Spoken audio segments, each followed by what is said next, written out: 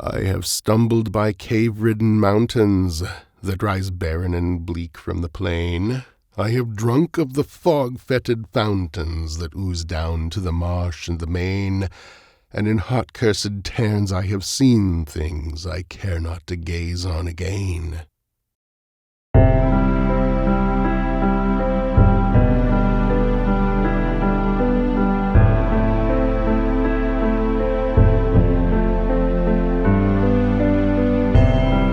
Welcome to a special tier list preview of the April 1926 issue of Weird Tales magazine on the Century Read Weird Tales show. I'm non-Euclidean Chris, and I'm here with my partners in Theosophical Exploration, Cyclopean Chris, also spelled with a K, Chthonian Finn, spelled with a C, and Darksome Marcus, spelled with a D, broadcasting from 6 feet under to the 6 inches between your ears. This is a podcast in which we go 100 years back in time and browse through the hoary and crumbling pages of the publication Weird Tales magazine. Dun dun dun! The one that was sitting in the newsstands of April 1926. A decent year in which Keith Richards was in the middle of his solo career because Mick Jagger had yet to be born. Not entirely sure that Keith Richards had, was He's immortal, though. So we're all really excited for this month. April 1926 was one of the most important issues of Weird Tales. This is the issue Cyclopean Chris's favorite Weird Tales author, Robert E. Howard, was published in Weird Tales for the first time. I think I own more Conan books than any other book, including Louis L'Amour, however you want to say it.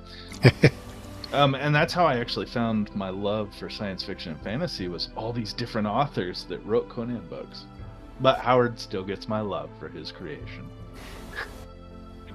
Yeah, it's such a great story too, WOLFSHEAD, but we're going to have to talk a bit about that story. It's a dark werewolf yarn about a Portuguese slave trader told from the point of view of a slightly less horrible French mercenary who's a friend of the trader. And literally the only character who isn't horrible is the werewolf. Anyway, we'll talk lots more about that soon. Also in this month's issue is The Outsider, which may be H.P. Lovecraft's best early story. I think it is. And I think most people would agree. By early, we're talking about before he moved to New York with his wife, before he wrote Supernatural Horror and Literature, which was his 35,000-word master's thesis, kind of about the history of horror up to that point, and really helped describe his place in the genre and what he built on from there. This takes place before that, so... Yeah, he was 7. No, Keith Richards was 7. 7, right. So we're doing something a little bit different this month.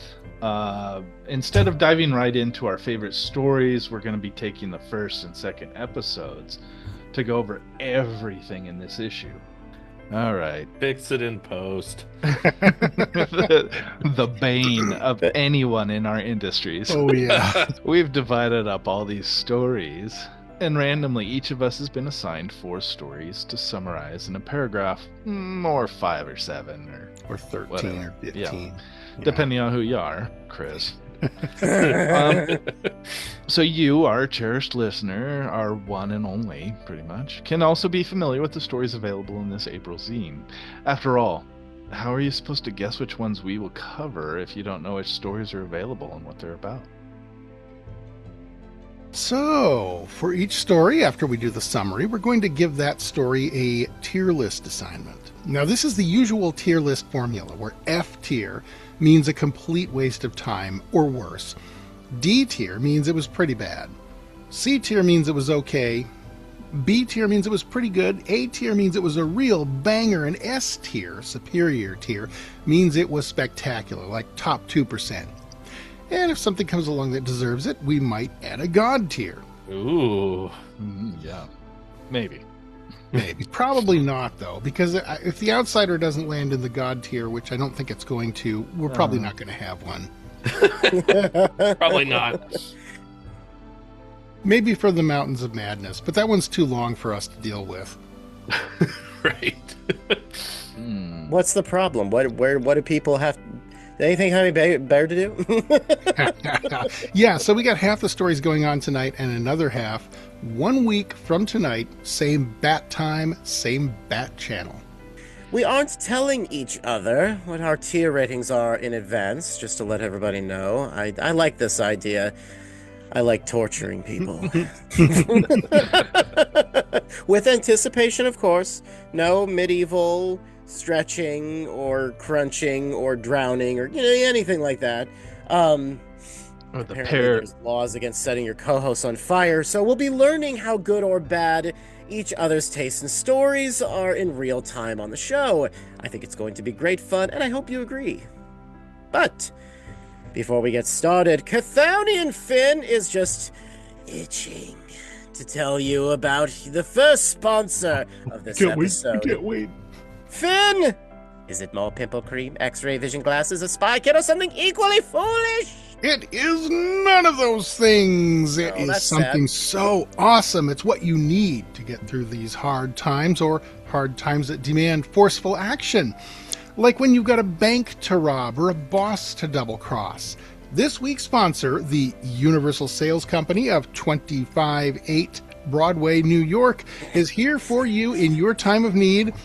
Don't delay. You need this now. For just $6.95, you can get a fantastic Vest Pocket 25 automatic in gleaming God. blue steel. Blue steel. There's an Elvis song about that, isn't there? It's the 1926 model, so you know it's great. It shoots standard ammunition, and satisfaction is guaranteed or your money refunded. And best of all, it is shipped to you. Collect on delivery. Just pay the postman when it arrives. If the rounds are Or full of shoot rock the salt, I don't postman wanna hear it. and don't pay him. Your call.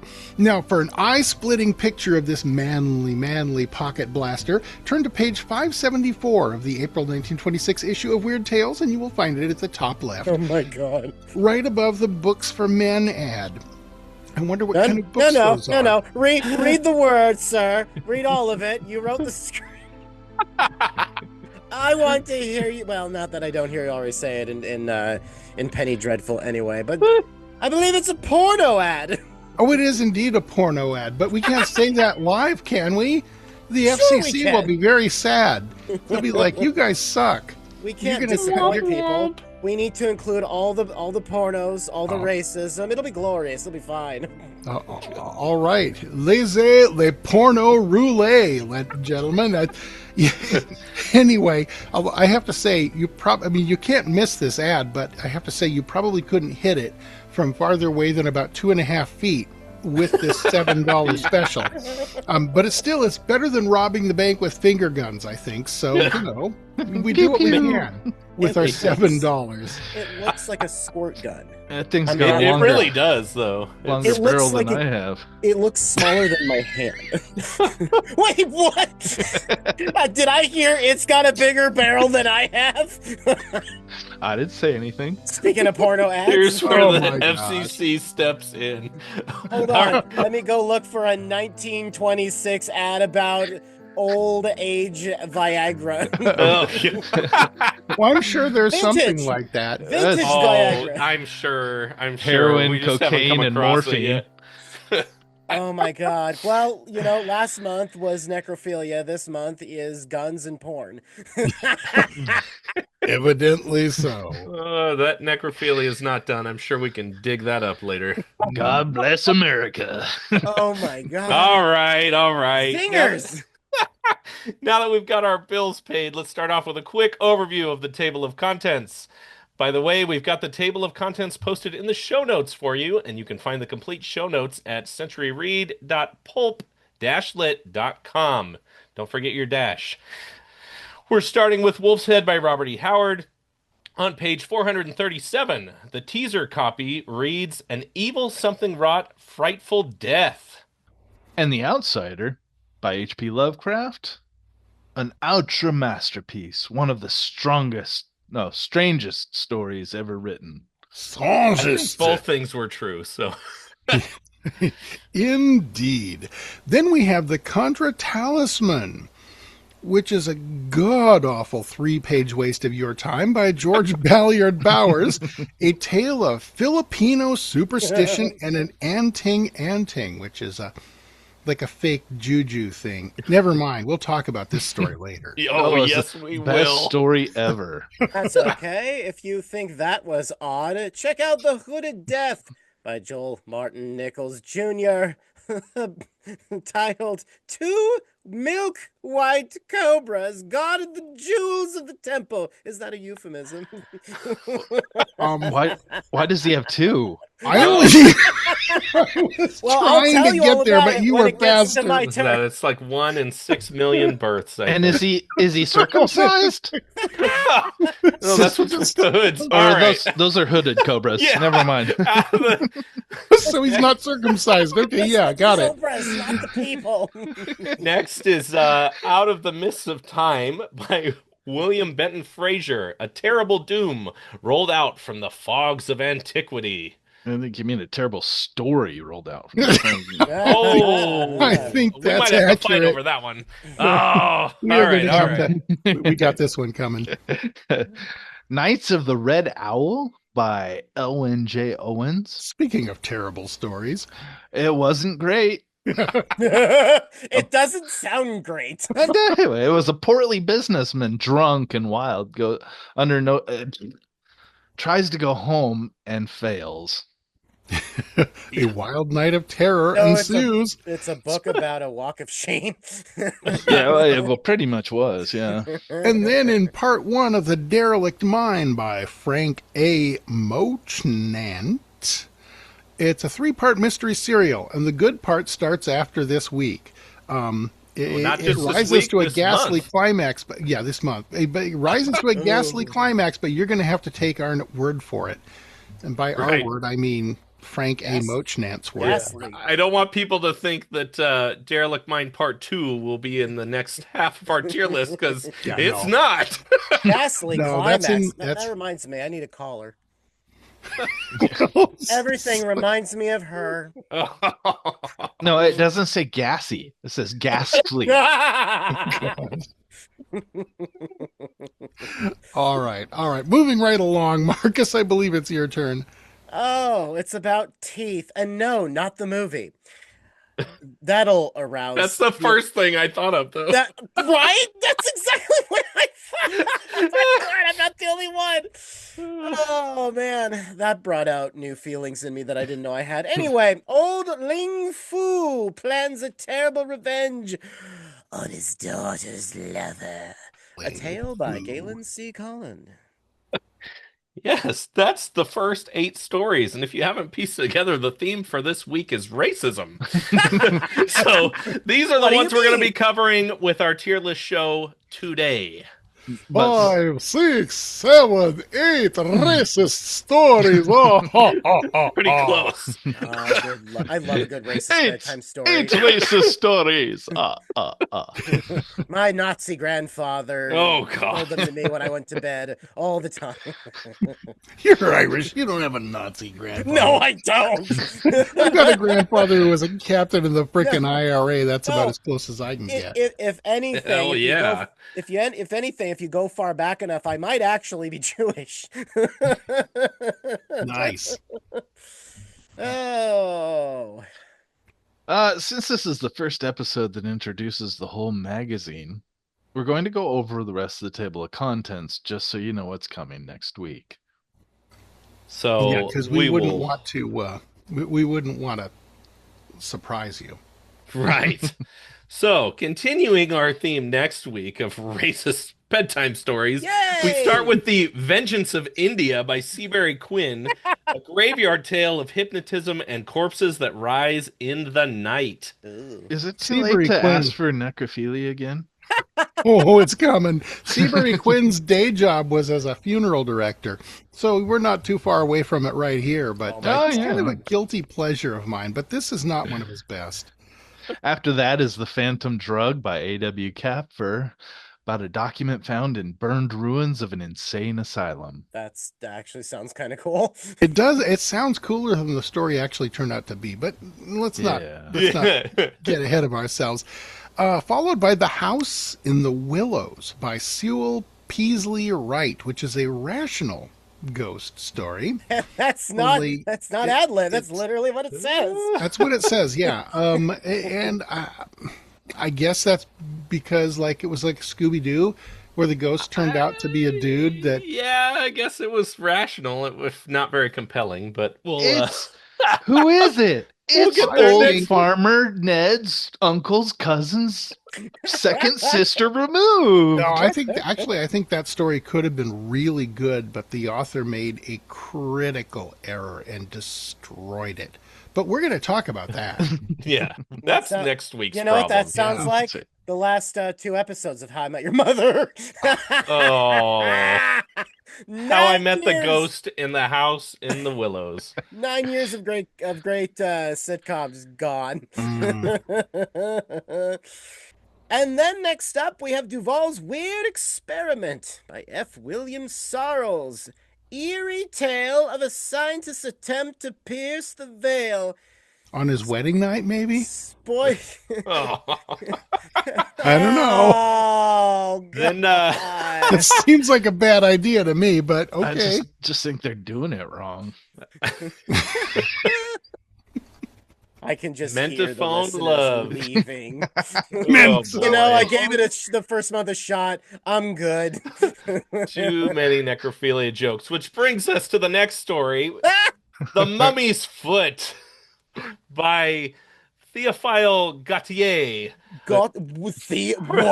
I think it's Théophile Gautier, but probably. Yeah. I like Theophile better. Théophile is Goes with our necrophile. Hermonthis, Princess of Egypt, returns for her lost foot. Hermonthis? So Yeah, if a footloose. necrophile wants to bang the dead, does it mean a Theophile wants to bang a goddess?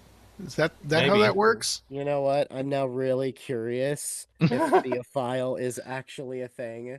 I thought it was. Well, I thought it was Theophily. And I read it as actually, you're Theophile. right. Oh, you see, It's could got be. the little knit on the E when you search it up. I typed in Theophile. It literally comes up. The French poet and dramatist. And there's actually a few. Like you said, it's probably not pronounced that way. But there's actually several of them, so it must be like a common French name. Well, phile means in my back pocket. Phil means love, Phile, and Theo is of course God, so a lover of God. Not to be confused with a lover of dead corpses. Or parts of. But aren't they all made in parts? Yeah. It's okay. I'm gonna shut up now.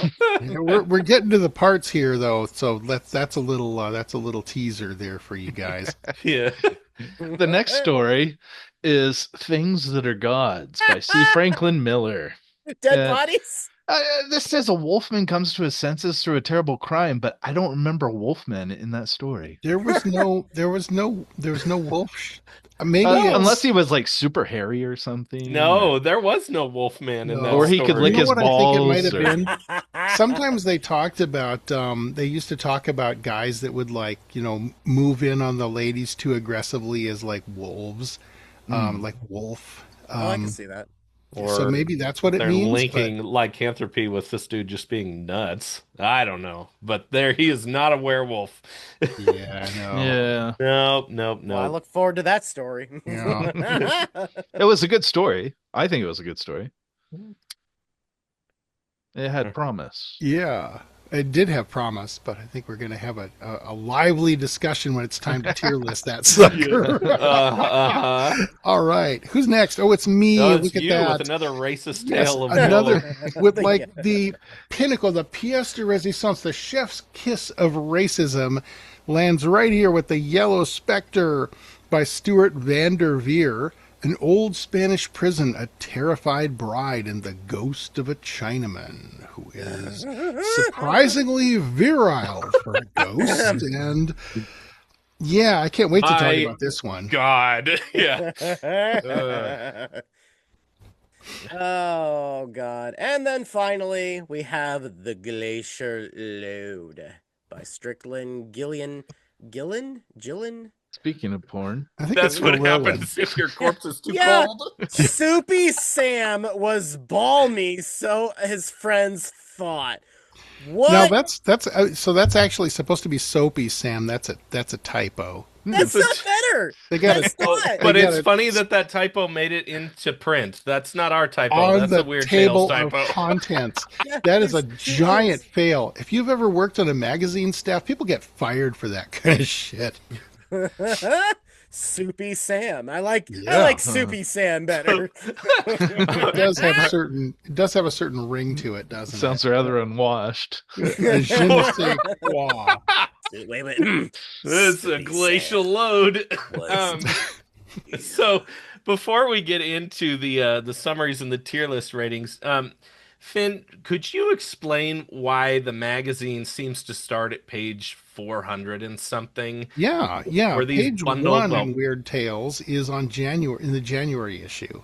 Oh, So they interesting. just roll them over until they get to the end. So we're going to be in the thousands by the time we get to the end of the year. Yeah, I Huh. noticed that is also that wild. I also noticed that too, that stories seem to like just end and go continued like 50 pages later. And I'm like, why?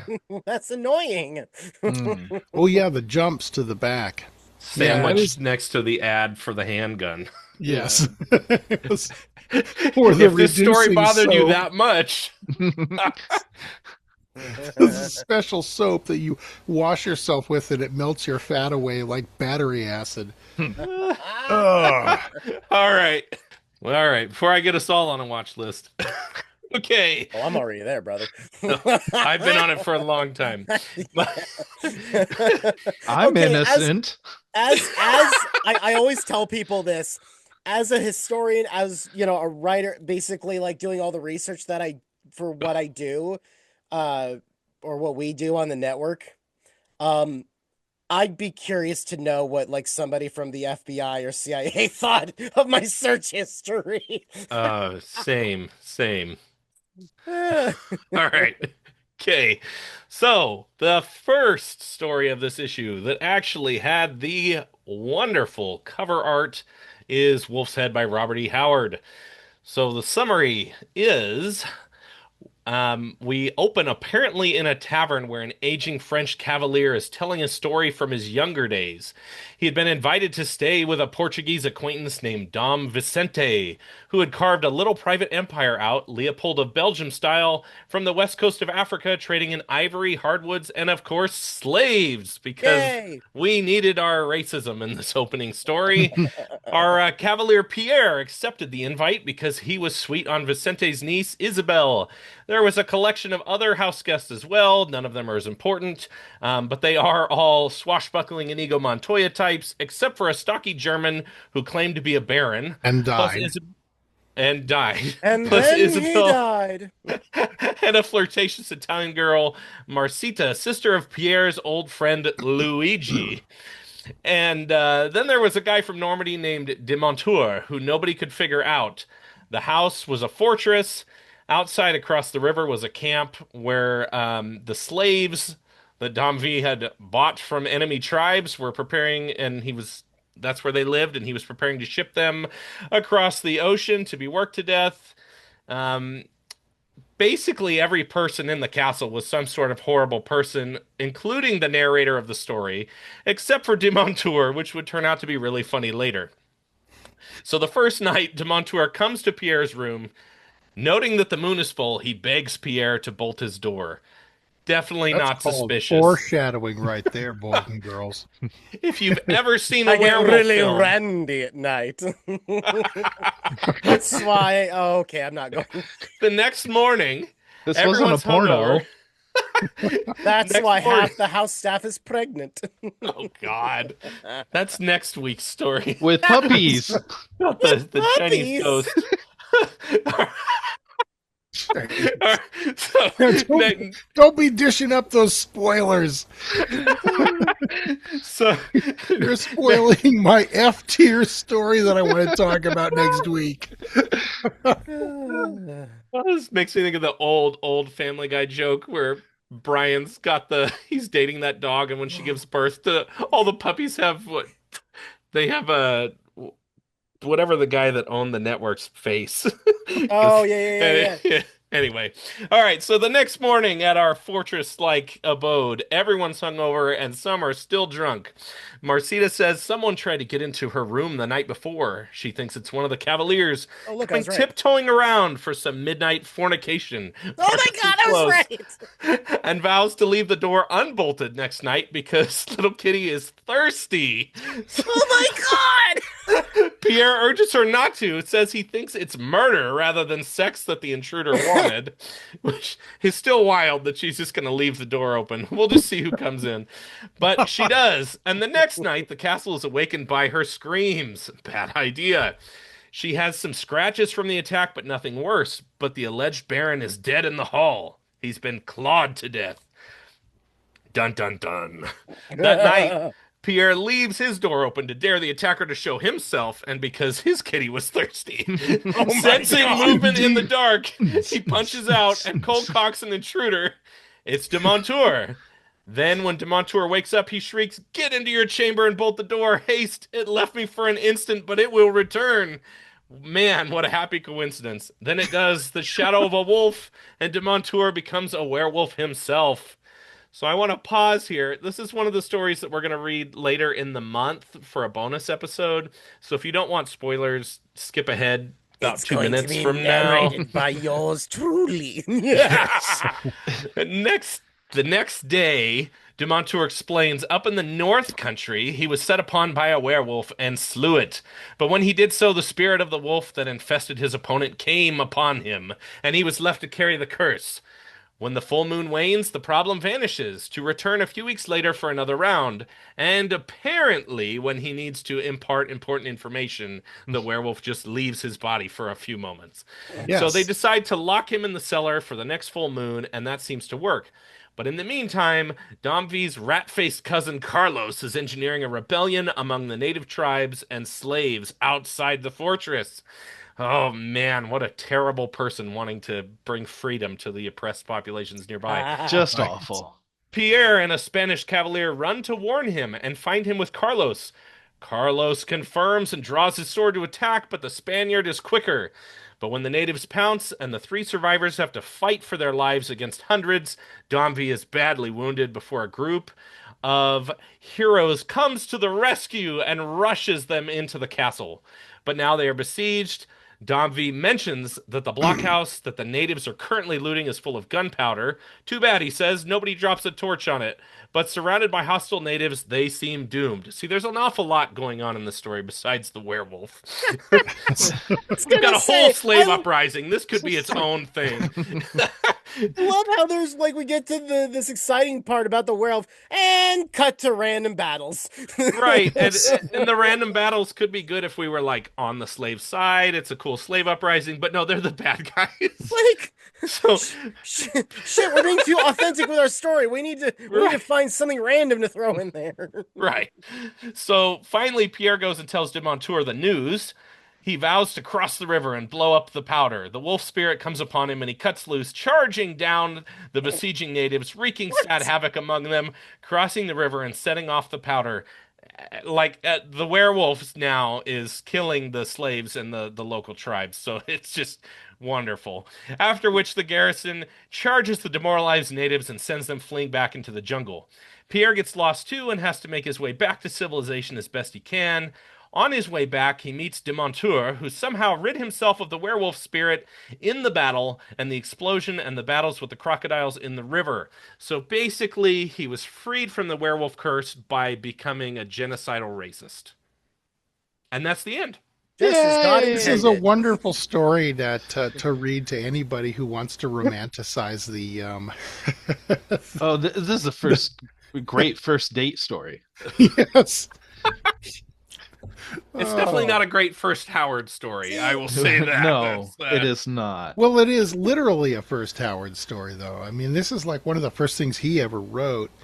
And he does, I think, a pretty good job of not being particularly sympathetic to any of these characters because literally everybody's a complete flaming asshole except the werewolf guy, who, well, kind of redeems himself in the end with a great giant act of assholery. But, you know, Right. combat, right? They're just, Like the it's a opposite fight. of What are you redemption. talking? He set him free. Well, in a way. God. He set the werewolf. The werewolf was like, I'm not a racist. I'm going to go and just possess somebody else. Fuck this. Yeah, this is one of those Nietzschean kind of morality is dead kind of stories. It's just like, you know, there's nobody here. It's bleak. Yeah. So, all right. What did everybody rate this one at? This one was difficult for me because Howard's writing is so electric and good It's that, yeah, and but it's the a werewolf sucked. story, right? So like, I would have ranked it higher. I mean, I pulled it down to a C, maybe even a D because of the racism. I think I'll settle on a C because his writing is so strong. But like that uncritical racism and just the ludicrousness of it, like, Well, so okay, I will play devil's advocate. I don't think we can necessarily like rate any of these stories when racism and like taking racism into account because that's just the baseline of the cult of the times of the Well, I culture. think we have to take racism into account at least a little bit because, and I'm thinking because I'm thinking ahead to some of the other stories that are literally worse than this, and I'm sure as shooting going to want to take racism into account. yeah, and that's for those part of the reason they're bad. Yeah, Like, But we do need to understand the culture of the time as well. Yeah, I exactly. think I'm we not also saying need to understand that Howard wasn't endorsing this; he was depicting it. That's true too. So yeah. I'm not entirely sure that he was approving the racism. I'm not sure he was taking a position on. Howard seems like he was a kind of a morally, I don't know, a kind of a just sort of like bleak, you know. Here's a slice of reality during the colonial age in West Africa. Lucky we didn't live then, kind of thing. I don't know that he was endorsing this, although his protagonist character that he was speaking for in first person clearly was. for sure, and just because the narrator endorses it doesn't mean that the writer does. I know that very well, but Oh yes, I'm probably applying some external, some of the way that Howard describes people of color in some of his other writing is less than flattering, like in the physical and mental descriptions. So I'm well, taking yeah. that as a whole that he probably didn't have a big problem with the slaves and natives being massacred by the werewolf. well, Yeah. and there's also this to think about, like, we always focus on like race, but we also forget, I swear this is deja vu, I've said this before, on this show, um, where like you had basically white men that only thought that they were the best, both mentally and physically. So if you were a woman, you were lesser. If you were a person of color, you were lesser. And let's not, gentlemen, forget at all about ableism and mentally handicapped people and physically handicapped people who were just thrown into these horrid asylums. I think, Castrated. yeah, yeah. We're gonna see more of that Yeah, later in we the are tier list. indeed. Yes. So I think that's why I love asylums. They're like probably the scariest setting that you could imagine in a story because the dark forest 100%. the dark forest Yeah. can be scary. We don't know what's there. Castles, they can be scary. Like a lot of these things can be scary and these stories can be scary. But the thing is a lot of the times they're just fiction. Whereas asylums were locations where real atrocities were committed on the most personal, deep, intimate level. Like you said, people were getting like uh, uh spayed and neutered. Like they were getting Right. lobotomized. And They that's were chained to the wall. and that's on the most innocent of our society. Yeah, not even Right. criminals. Not even And criminals. So at I least think that Dom Vincente wasn't running an asylum. So Right. Well, but that's part of the weakness of this story, though, because something that's, equally horrifying is the slave plantation, and that is horrific in itself, but that's not the way it's presented in the story. That's not the setting of the horrific part. It's a werewolf thing that could have been anywhere. So, Right, Uh-huh. like, right. it would be like if we took this and set it in an asylum where one of the orderlies is a werewolf, but it's not from the perspective of any of the people committed there. They're just red shirts to be torn apart. I'm So we writing feel bad for the I'm werewolf writing this doctor. It's story like, now. right. Well, there you go. But that's the thing is I feel like it would be stronger if the horror of the plantation was the focus, which obviously I'm not going to expect someone like Howard to have written at this time, Mm. but it's but also across the ocean, and really people are really good at compartmentalizing that stuff. Once the rockets go up, who cares where they come down? That's not my department. Says yeah, Victor exactly. Brown. So I don't know that part bothered me, so that's why I'm sticking with a C on this one. Yeah.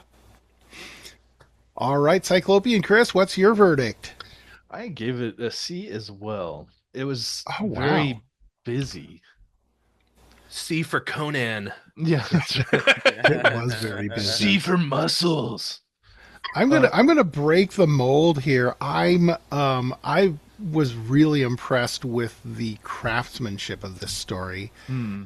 If you put the morals aside, and so I actually put it in the A tier. Ah, Wow. Yeah. Okay. But it's easy for me to put the morals aside because I'm not a black guy. Hmm. Marcus? I put it at I put it B. All righty. That gives us an average of 2.8, which puts it in high C tier. I think. Yes, high C tier. that's right. The Chris is Very pulling down the nice. average. Very, very nice. It reminds me of grade school all over again. Can we change the C's to K's, please? There is no That's C right. Chris's in this podcast. I'm actually using a star system because I can calculate it and average it. So it's like 5 stars is S tier, 0 stars is F tier. Anyway, so it looks like it is now time to talk about The Outsider. Chris? Yeah, this was a great one. Outsider by H.P. Lovecraft. I think it's one of his best, honestly. It's just so well written. It's descriptive, it's lively. I just loved it. It's a most involving and terribly tangible story from Mr. Lovecraft. It's a tale of this lonely individual seeking brightness and joy and finding only belonging and acceptance in the darkness of the tomb. Uh, this strange person grows up very much alone in a castle of darkness and finally becomes sick with desperation over wanting to see, if not the sun, then its fantastic reflection off the face of the moon, or to experience the warmth of companionship or levity amongst other humans. Just extremely lonely.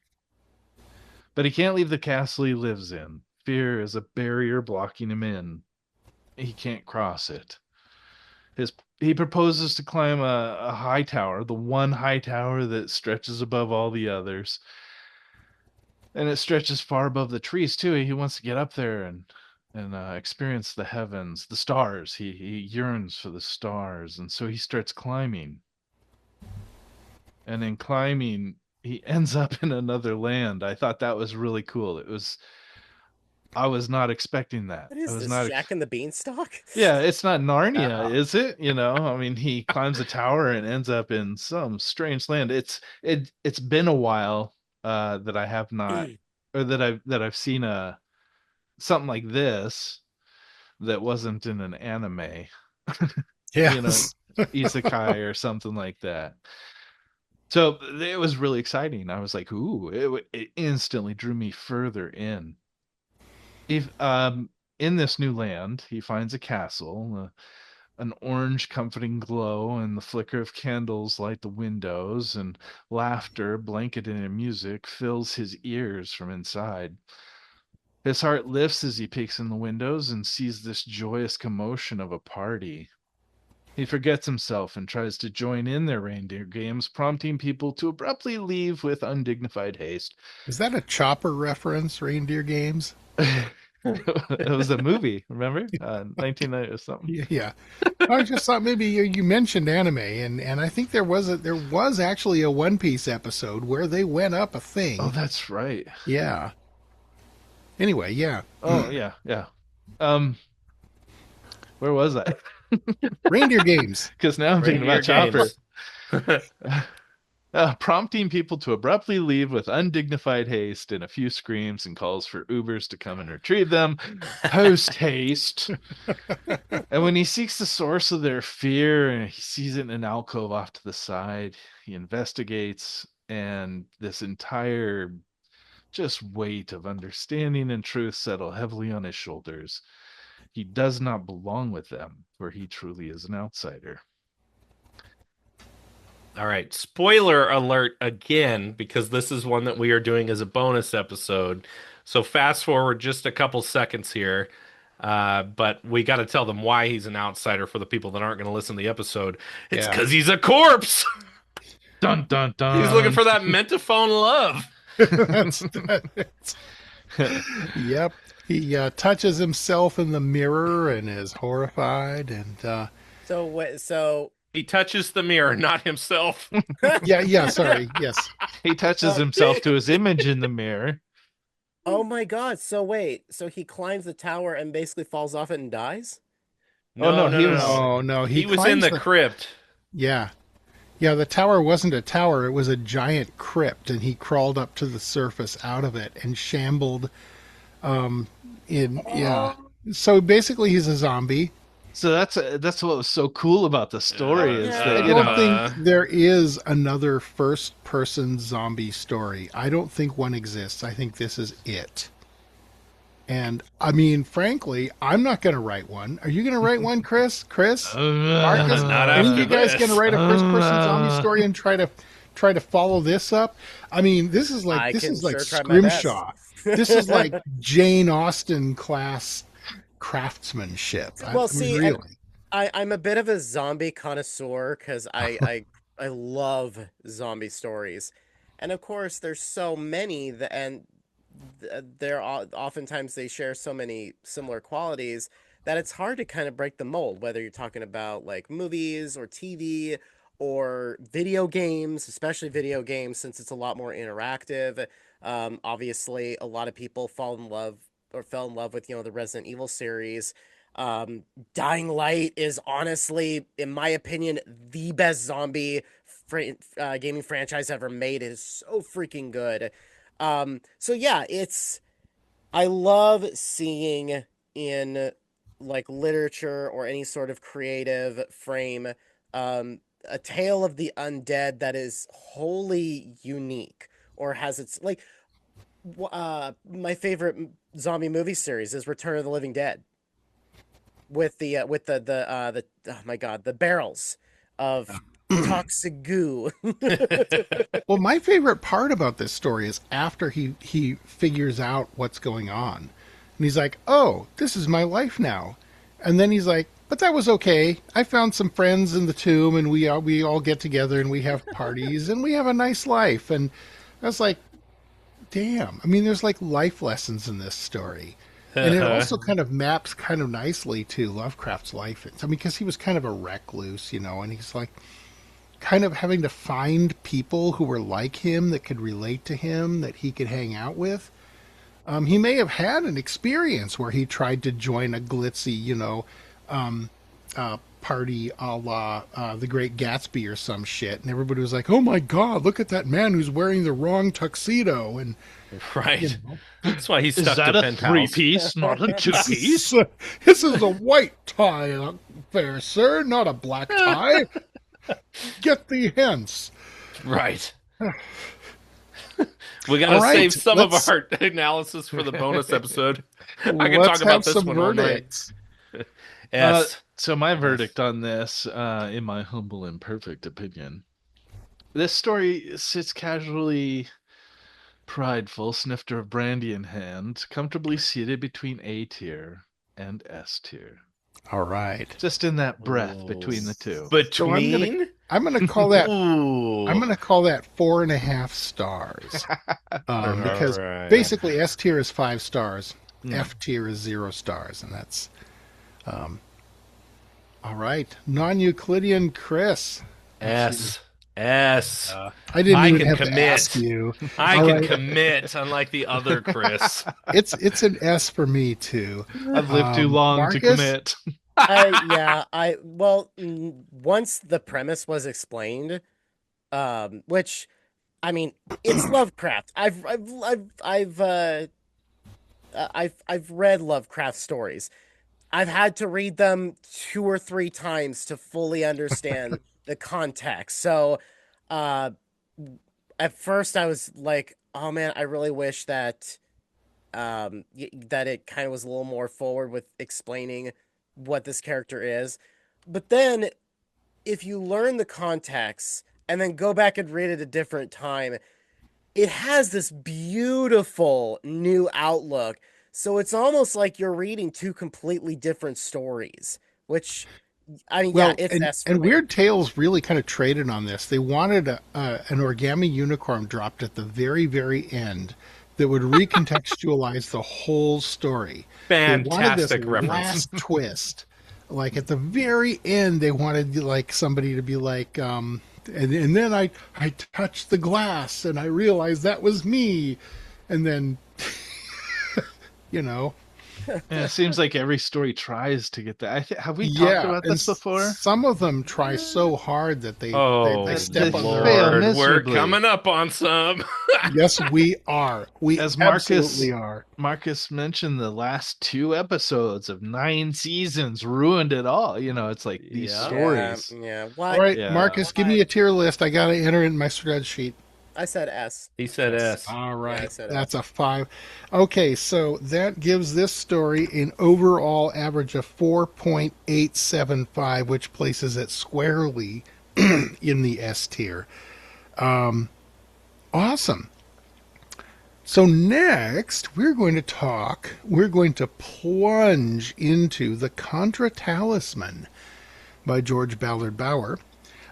This story is set during the Philippine insurrection, which was that generation's Vietnam, pretty much. For Americans, the First World War was miserable but quick, but the Philippines was a quagmire. And basically the only way that it's remembered today is by, Colt 45 fans who are like, oh yeah, because the 38s wouldn't stop the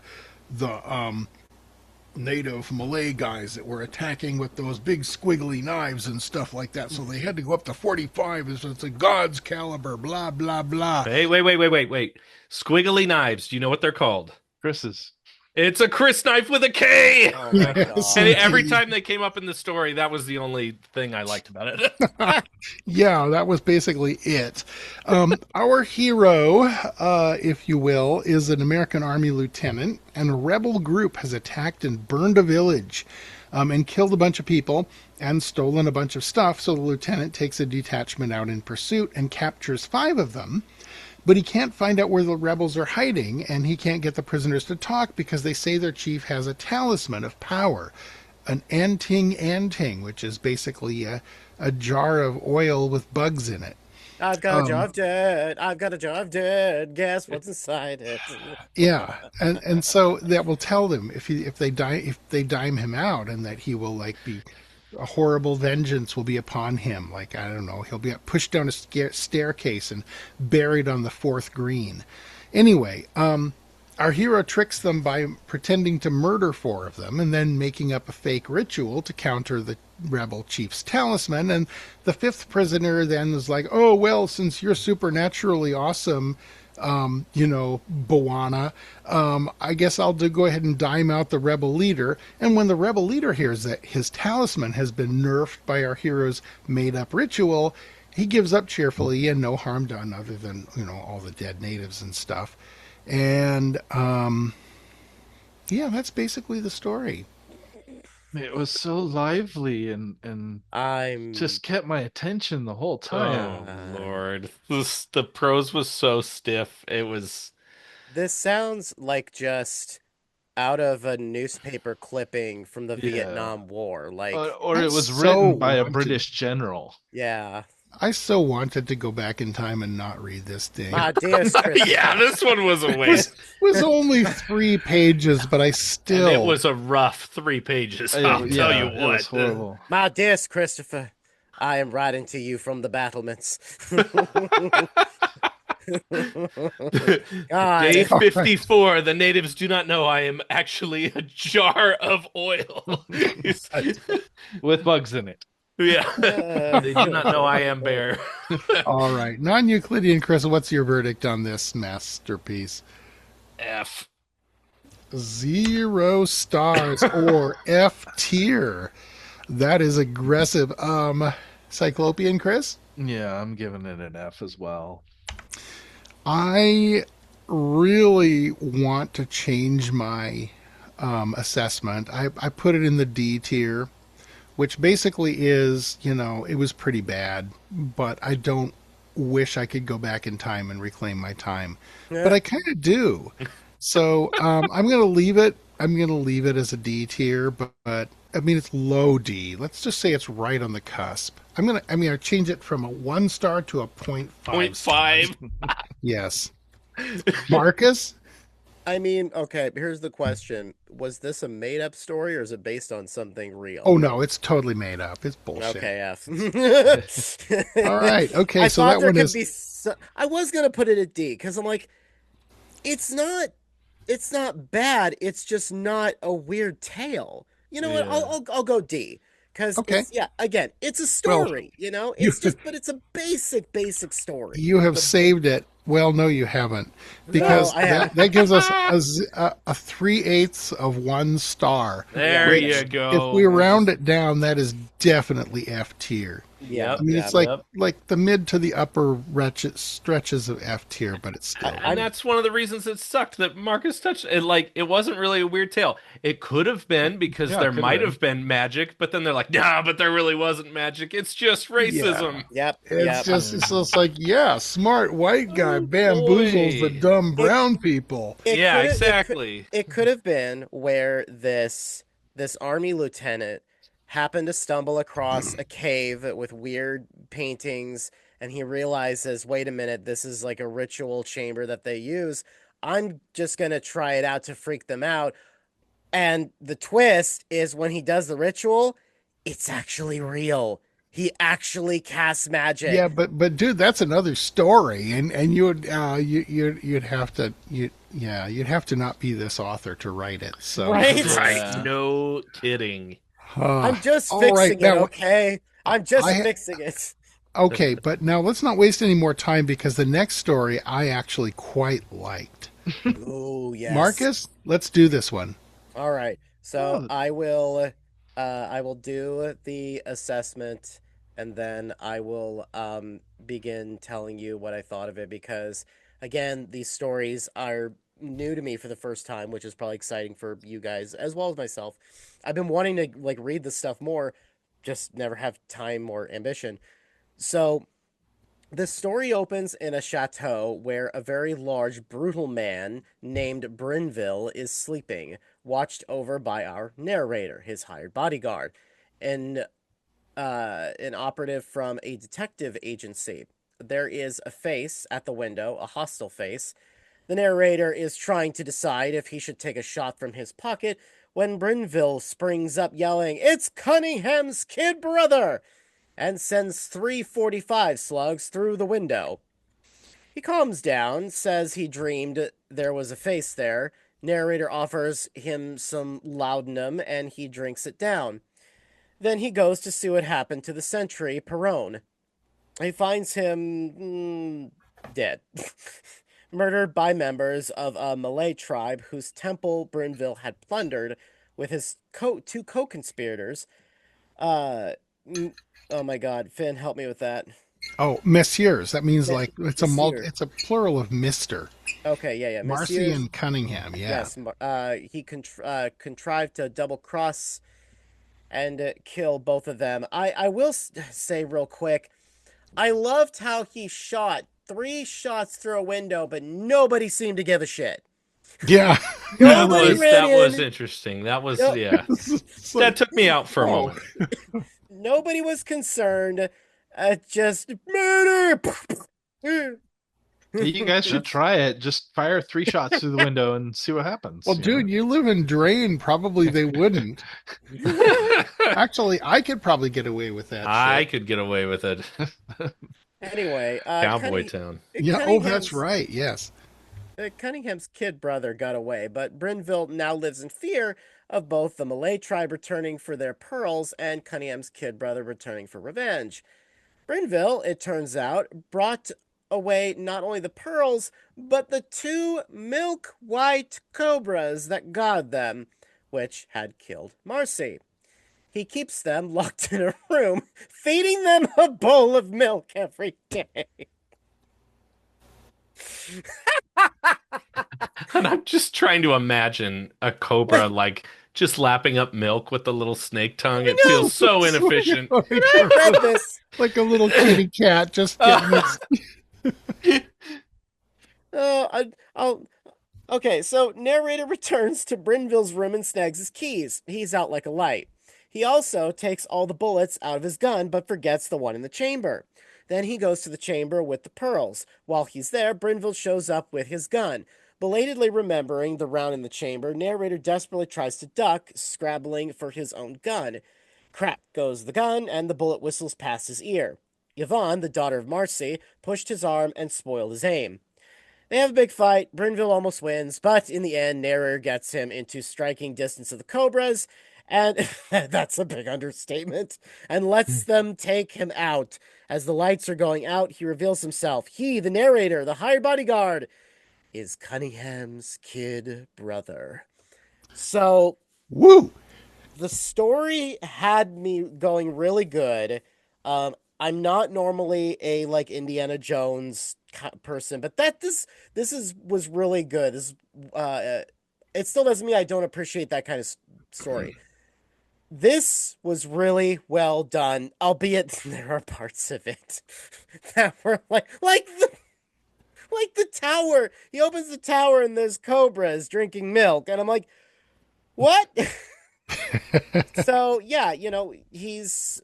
It's funny because like I have this habit of kind of putting the puzzle together as I'm reading. Like, oh, I'll bet this character's this. I bet they're linked or whatever.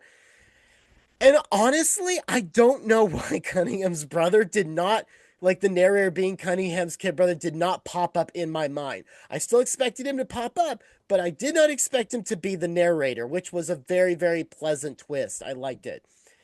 Regardless of whether it would have been predictable or not, it's still just because you can predict an ending doesn't mean it's bad. It actually just means it's a good ending sometimes. Well, I mean, one of the things about this is that this guy was sitting there with the Brynville guy. He's out like a light. He's just chugged a bunch of laudanum.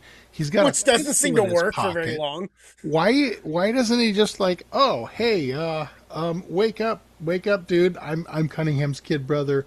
Good night. Blam! Well, and he's been his bodyguard for months, why would you right? not do this? Yeah, why would you not do that? Why would you wait like a million years, play this super long game? But if you don't ask too many questions, this was a hell of a ride. I was going to say, I enjoyed this story thoroughly. It started great. It kind of dipped a little bit in a weirdness, and then it finished off with an amazing fight. Like, it was detailed like an action movie, and it was so cool. Right down to the fact that he literally hurled Brynville towards the snakes. It wasn't where, like, oh, it was just casual. If I remember correctly, that is, he, literally threw the guy towards the cobras that finished him off. And I'm like, holy snap. After like pinning his neck and like the way they struggle is like really well described, and then he gets pinned down and bit, and it's like the snake bites him again and again, and it's just like so brutal all of a sudden after that snake had milky tummy.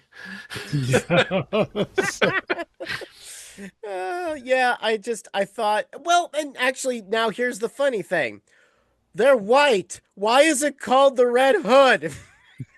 Oh, because the Yvonne was like her pulling scarf. the snakes away with her scarf. Yeah. Right. Okay. All right. What's the verdict on this one, guys? You want me to start? Might as well. Since I read, I gave it an A. All right. 4 stars. I give it a B. It was a wet blanket right there. 3 stars. The Chris's got to stick together. It's a B for me too. Right. Okay. So we have 2 B tiers and 2 A tiers. We have this sucker solidly at 3 1/2 stars, which puts it right on the borderline between B tier and A tier, which seems to me like a good outcome. What will you do? What will you do? I mean, it was good. It did its job, which was kept me entertained. There was some parts where I felt the writing was a little stiff, but the story itself was really good. Oh yeah. So. Unfortunately, we're about to move on to another story. Wait, so did you give yours? Oh yeah, I gave it an A tier. Yeah. Oh, okay, I don't know if I heard it. So we have 2 A's and 2 B's. All right, cool. Okay. All right, pause for a minute. This is a timeout, out of character. So I'm thinking, because we're only halfway through what this tier list episode would be, and this has been a long run. Obviously, we need to finish. Jesus Christ, it's 9:30, isn't it? Yeah, so it is. My thought actually is that maybe what we should do is the tier list can be broken into 4 episodes throughout the month, and the bonus episodes can just be readings, just kind of on their own as an audiobook without the extra discussion, because we're discussing as we're doing our tier ranking. That is a good point. Yeah. And then we don't have to have a full-length bonus episode, because these tier episodes, if we just split them in half, they're each going to be like 2.5 hours long. But if we did 4, we split them into everybody introduces one story a week. We do the description, we do the tier. That's long enough, but then you guys can still do the readings and release them as bonus episodes that basically just have an intro, outro. This is our audiobook presentation of it, basically, with the reading, rather than a reading and a discussion like a full episode, because this is already a lot of content. And this is a lot of fun. So, I mean, and we've already done a lot of discussion that, like... And we're literally at the halfway point right now. And we are an hour and 25 minutes into this recording. And the halfway point of the first half of the tier list. Yeah, and I mean, that's the halfway point of the first half of the tier list. We're only a quarter of the way through the issue. So should we read the outro right now and do our little outro thing, and then do another intro, and then start on this out of the mist of time? Let's do it. The worst case scenario, I can cut it out. Yep. Let me skip ahead to the outro here. Oh yeah. Outro. Yep, I'm down here. So I'm gonna say, and that's half the stories. I'm gonna say that's actually only a quarter of the stories because of how long we talked about them.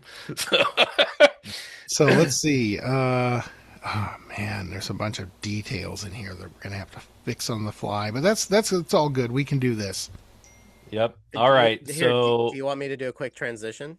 All right, so that was half. No, wait, only a quarter of the stories in this issue, because we had so much fun talking about them. Everyone's looking at their watch going, wait a minute. Wait a minute. Like 4 stories in. Yeah, we talked for way longer than we planned. So behind the curtain, we decided to split this into 4 episodes instead of 2.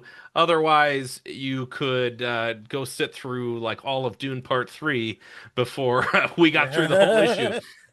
So were you keeping track of the tier ratings? Because we weren't. I know I was. But you know how your favorite YouTube channel or TV show, they keep you on pins and needles before the big reveal.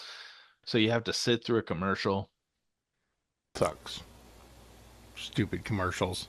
Unskippable ad. Yes. What's our unskippable ad today? Oh, I'm so glad you asked. I'll bet you are. Men on the downgrade. If you lack pep, strength, courage, ambition, try Castleberry's Morning Glory Special Ketamine. Special tablets. The wonder of the age. Mail $1 for 10 days treatment. It's like Viagra, but better. Sample and one. Bigger, fluffier. It comes with a fluffer. If you don't know what that is, you're too young. Her name is Candy. Sample and wonderful testimonials free. AF Castleberry Department, West Columbus, Georgia. I don't know if I'm doing a pirate or an old miner. Oh my god. For more information, see our ad on page 574 of the April 1926 issue. Arr. Right under the ad for Books for Men. It's a porno, didn't you? See, I was great thinking voice, man. the place where I go, the fluffer is just another name for the Undertaker, but Oh my god! Hey, fluff my coffin. Hey, it does- how many? Wait, how many of okay. these can we So, fit in? real quick, who's seen The Frighteners? Oh, I haven't. Oh, well, okay. For those listening, the scene where Judge is humping the corpse of the pharaoh lady or the mummy in the museum, who's played by oh my gosh, Sean Astin. Way I to believe sell it, plays- Marcus. I'm going to run out there and watch it now. It's good. It's oh my god, Michael We got J. some Fox. pharaoh. We got some pharaoh humping coming up in Yep, a yep. future segment. We do, actually, I but can't do it. sort of. I can't go one episode without talking about corpse fucking. Yeah, we're gonna. I'm telling you, we Just- got necrophilia and a foot fetish rolled into one coming Just up. like this, God intended. and then teeth. Oh boy! All right, And we'll get that to was- Slither next. Good Lord. Well, that's it for this early preview of the April edition. So most months going forward, this preview and tier list will drop on the 28th of the month before. I don't know that that's accurate now that we determined it's going to be split into Ladies- 4. Ladies Yeah, and we'll gentlemen, figure I this make a shit out. formal announcement that our Yeah. entire You format's just, out the window. just pay attention to your podcatcher, please. Uh-huh. Because now it's going to be 4 parts, okay? You can also catch up on Welcome to Oregon Live episodes, because God knows we talk about what's going to happen in the network news.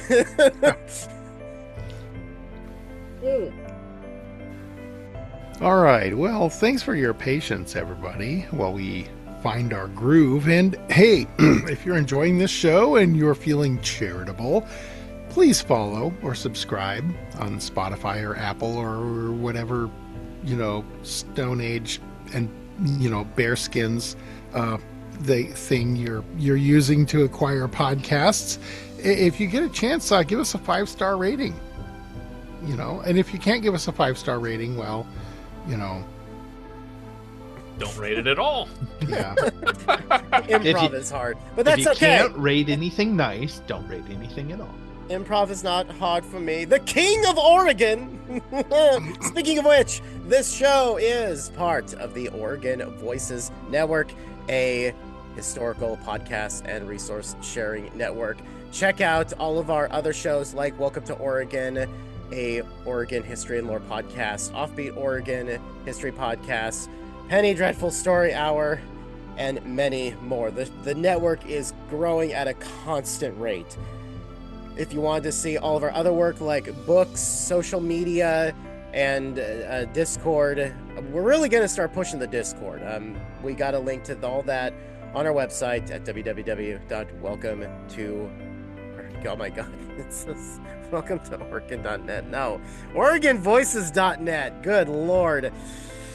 Anyway, if you think we suck, well, then go enjoy one of our other shows. You know what Got a Mama lot said? of suck to choose from.